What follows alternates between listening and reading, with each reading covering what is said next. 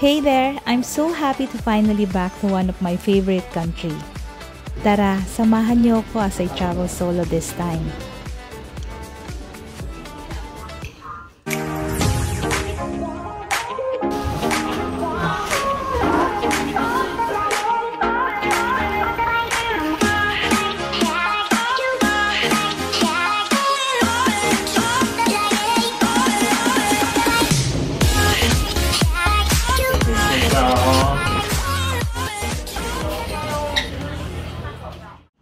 Welcome to Taiwan guys, and we're here at Terminal 2. So una nga nating hanapin muna is yung counter ng Klook.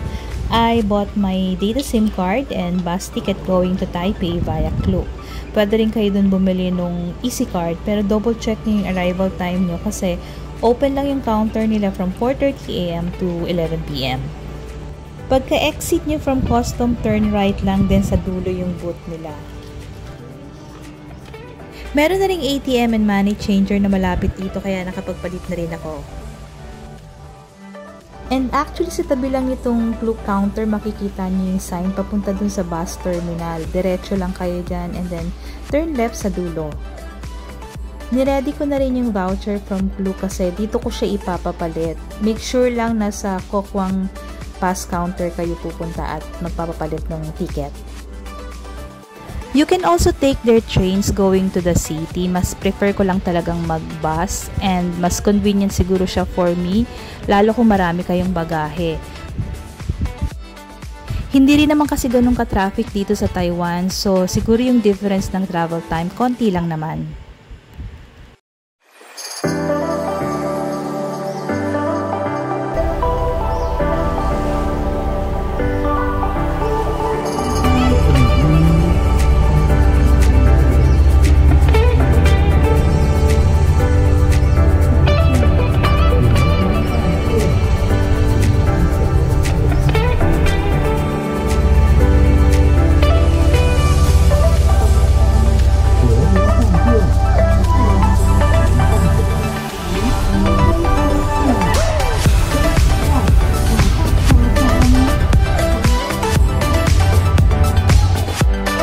Better to plan ahead talaga para makatipid.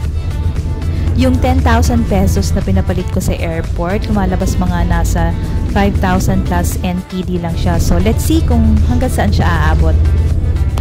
Pero syempre you can use your credit card rin naman and pwede mag-withdraw anytime.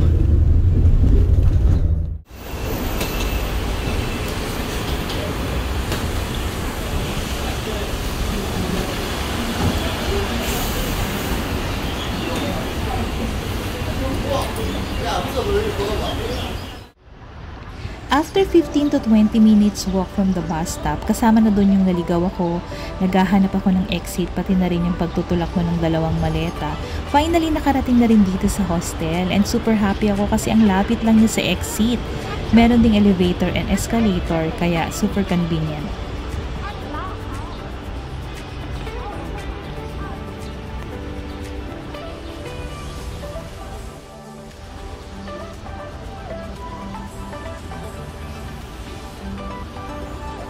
Iniwan ko na lang muna yung gamit ko since maaga pa, kaya eto, ikot muna tayo. First time ko dito eh. Usually nagstay kami dun sa kabilang side sa may Shinkong Mitsukoshi na area.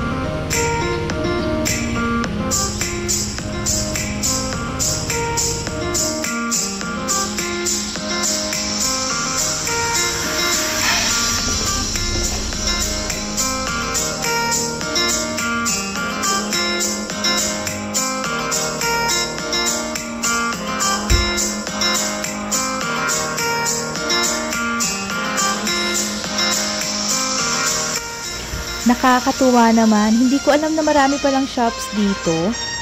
Yung iba actually close pa. Siguro mga 11 AM pa sila mag-open. Tara, ikot lang muna tayo.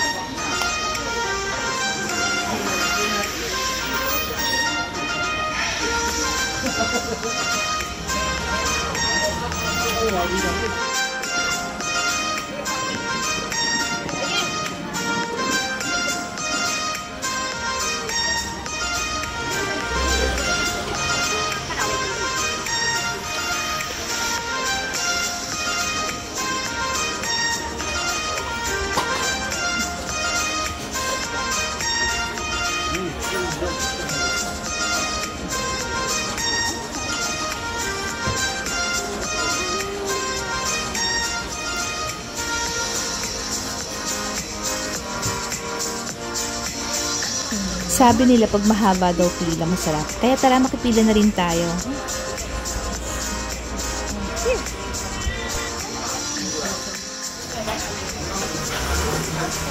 Turo-turo lang tayo ng picture ng in-order ko. Actually, mura lang siya. Nasa 95 lang.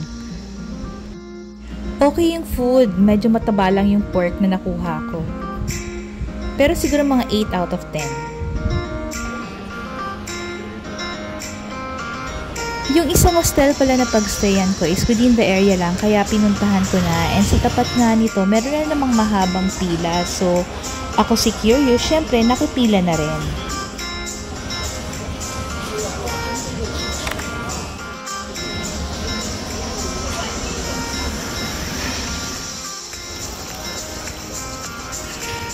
Matagal din yung pinila ko dito, ha. Girl, OMG, ang sarap niya, promise. Nako, Mr. Donut, may bago na akong number 1. Mainit-init pa siya and hindi siya ganun katamis. I think kaya ko sigurong umubos ng 3. Super worth the pila naman siya, kaya highly recommended ko to, guys. 10 out of 10.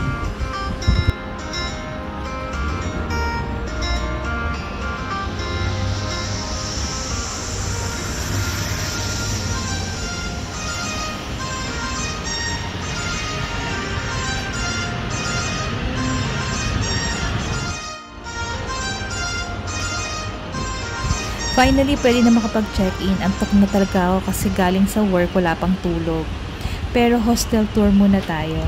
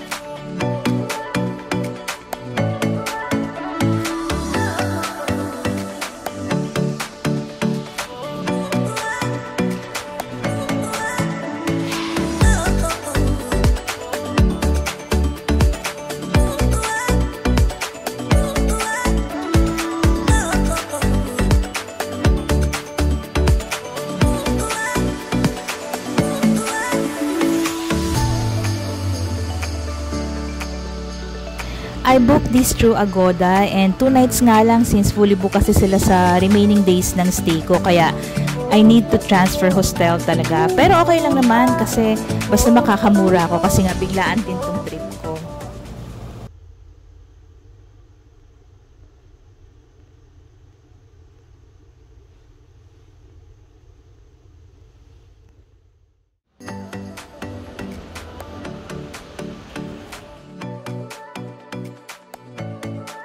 Ito yung Y13 exit dito sa baba ng Taipei City Mall. And guys, look, yung papunta ng Taoyuan Airport na MRT, nandito lang siya sa tapat ng exit. Look. Ayan, so pasukin natin saglit. I wonder lang kung gaano kalayo pa tong area na to papunta mismo dun sa may MRT. Hindi ko rin sure kung may mga dadaanan pang mga escalator or stairs. Pero makikita natin yan next time. Ang cute lang, di ba?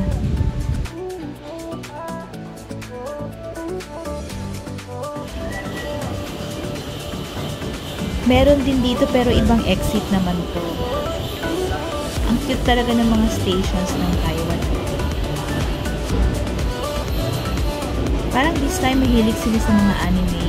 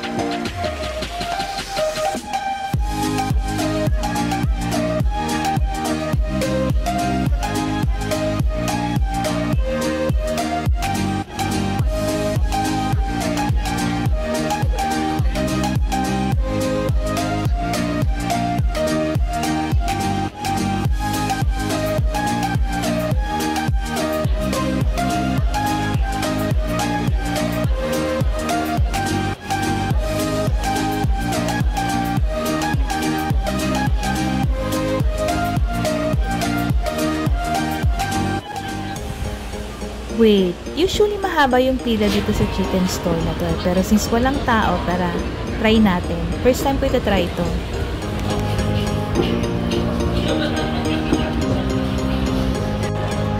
你好，我好，这张机最好最好。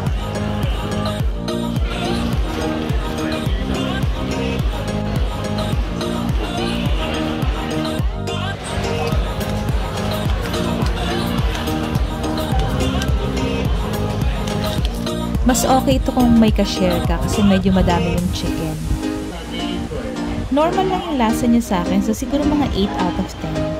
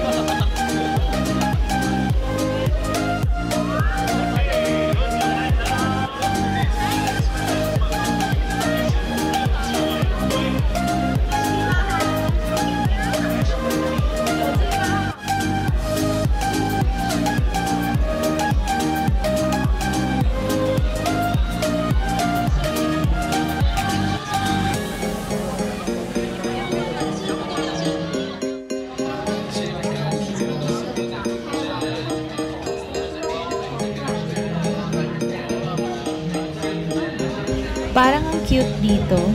Xiaolongbao pala, tara try natin.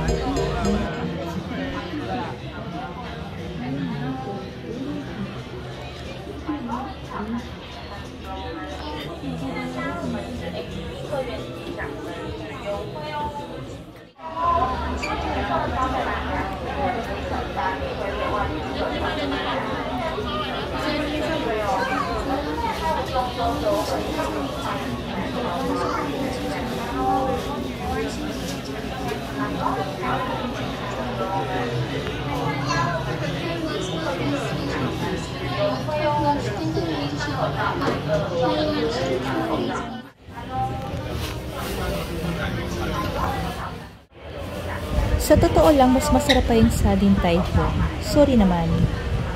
7 out of 10.